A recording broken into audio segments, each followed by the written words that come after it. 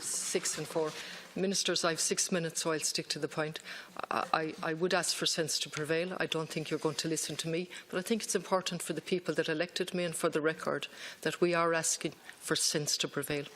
I think you're being disingenuous, both of you and the government, on every single level in putting this in the context of saving rural communities. I represent Galway West. That includes 3 Aran Islands, Inishbofin, all of Connemara and the rural areas of South Mayo. I am more than familiar with the rural constituency along with Galway City.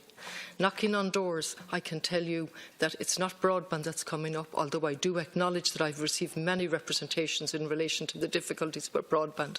What has come up is that the rural areas have left behind by successive governments. That's why I was elected and like-minded TDs, because we said we would stand in the Dáil for them to say we have to have regional balance. So let's stop that gcéill and that pretence. I'm here with a strong, loud voice for my rural constituency.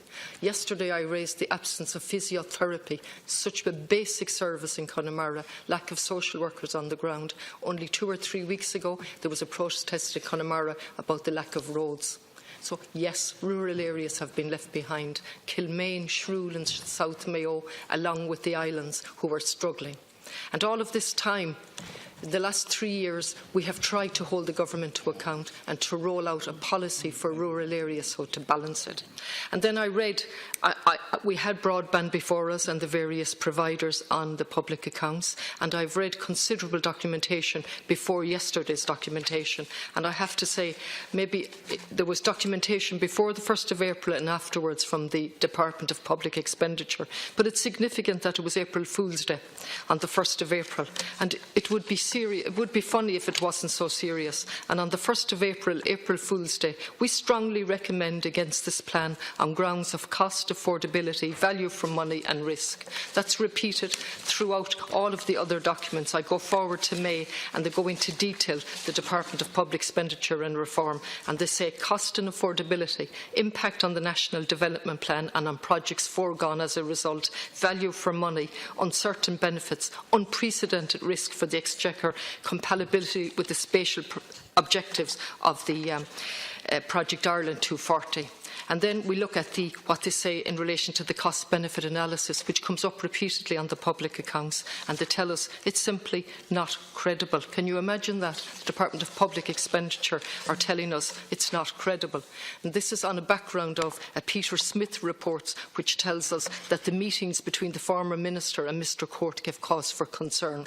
Now, if I say I have 1 minute left, and in relation to this, I would again ask for sense to prevail. There are alternatives. We need broadband in rural areas in a reasonable time at a reasonable cost. There are other ways of doing this. The department itself has pointed out other ways. Údarás na Gaeltachta on the ground are in the process of rolling out GTech centres, and they're crying out for money. In comparison with Enterprise Ireland and IDA, the Údarás na Gaeltachta had its budget significantly reduced. So can you please stop the spin? I thought we'd got rid of the spin unit, but clearly you've internalised the spin and you actually believe it, which is actually even more frightening than the $3 billion cost of rolling out broadband to areas where the take-up will be extremely low. We know this from the MANS. We had it before us on the Public Accounts Committee. Again, the record of the government is disgraceful. This report was commissioned to review the MANS, that's the Metropolitan Area Networks. And I would ask either minister, have they read it?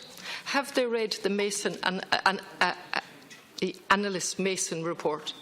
And are you aware that you wouldn't publish it until they were before us on the public accounts? And it was published that morning. And significantly, there was a significant drop in prices on the very day that we extracted this report. That's your history in relation to these projects. And you talk about trust and you talk about the rural divide. Ye have stood over and increased the rural divide. You have intensified it.